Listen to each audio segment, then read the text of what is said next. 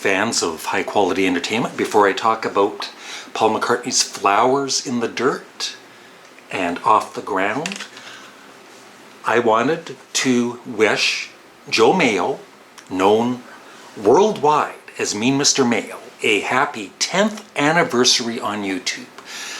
I had meant to send a clip for his 10th anniversary video, and then I forgot, because I'm old and other things were on my mind at the time.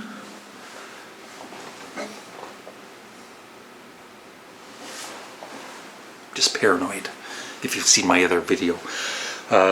So I would like, before I start talking about these two albums, I would like to dedicate this very short song to Joe Mayo. 1, 2, 3, 4, 5, let's go for a drive. 6, 7, 8, 9, 10, let's go there and back again.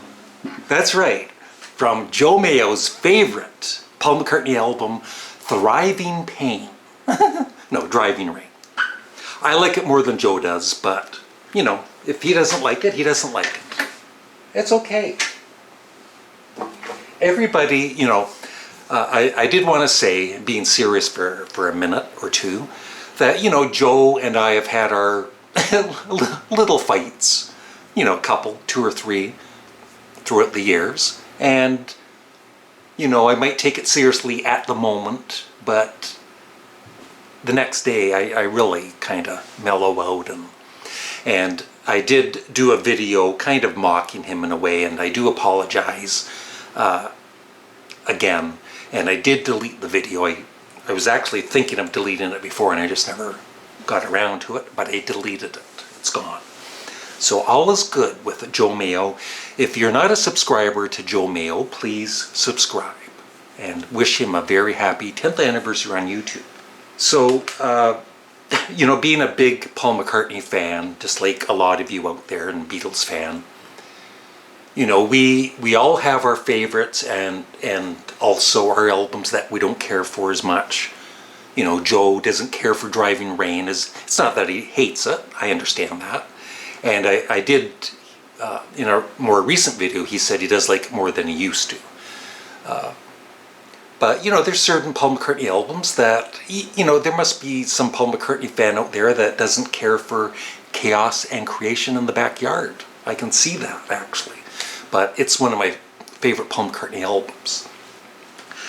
But I just wanted to talk about these two particular albums. So in the 80s, I gave up on Paul.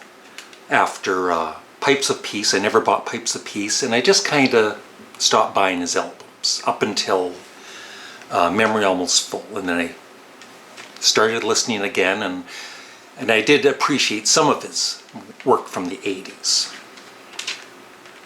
and 90s. But Off the Ground, when it came out, I just totally ignored it. I never listened to it. I had no interest in it. I might have heard maybe one song, you know, seen a video or something, but I had no interest. And even Flowers in the Dirt, I had no interest in. I kind of liked the song My Brave Face when I saw it on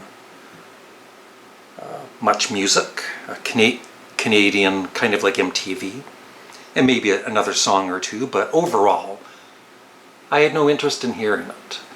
But when the Archive series was released, I ended up buying the, you know, not the box set, just the deluxe CD of it. And Off the Ground, of course, has never been remastered or anything, so this is the CD from 1993. I'd never heard it until, I think I bought this when I was doing the ranking and reviews for all of Paul McCartney's albums, and it was one of the few albums of his I didn't have at the time, so I bought it. Now, most Paul McCartney fans like Flowers in the Dirt more than Off the Ground. And on Rate Your Music, where all these music fans, you know, rate music and leave reviews and everything, Flowers in the Dirt has a 3.31 out of 5, and Off the Ground has a 3.14 out of 5. But for me personally, I love Off the Ground. I think it's it might be Paul McCartney's most underrated album. And for me personally, I think Flowers in the Dirt, I'm not going to say it's overrated, because I mean, if you love the album, then I guess it's not overrated, is it? But just for me personally, I love Off the Ground a lot, and Flowers in the Dirt is just okay. It's one of my least favorite Paul McCartney albums, though. It starts out strong with My Brave Face, very good song, and I love Elvis Costello. I loved his first few albums with The Attraction, so I was a fan of Elvis Costello. And then, Rough Ride is pretty good. You Want Her To, Distractions, We Got Married. Put It There is excellent. So I'm not saying there's, there are some really good songs on this album. Put It There, Figure of Eight I really like. But after that, it kind of dies out. And just for me, I've tried and tried and tried. It's kind of boring for me. Don't Be Careless Love, That Day Is Done, How Many People, and Motor of Love. They do nothing for me. And the last song I do like, I can't pronounce it, that Soleil song. I like that. It's upbeat and it's a cool dance track. So I do like that. So I would say, and the demos are very good on this too, by the way. So I would say about half of this is excellent or very good. And the other half is just, for me, mediocre. But if you love the album, good. Off the Ground, I understand, people don't like as much. Most Paul McCartney fans don't like it as much as Flowers in the Dirt. But I do. I was really surprised with this, because it's still, in that era when Paul McCartney was, for me, writing too many corny kind of songs, like he's known to do.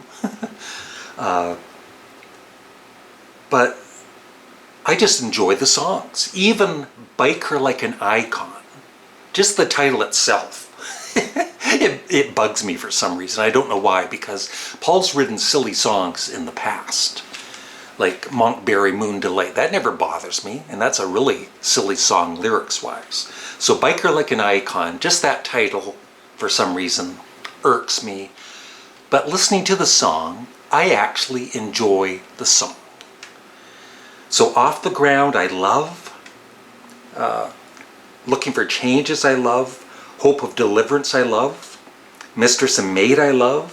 I Owe It All to You, I love. Biker Like an Icon, I really like. I wouldn't say I love it.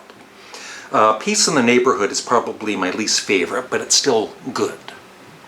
And then Golden Earth Girl is awesome. It's excellent.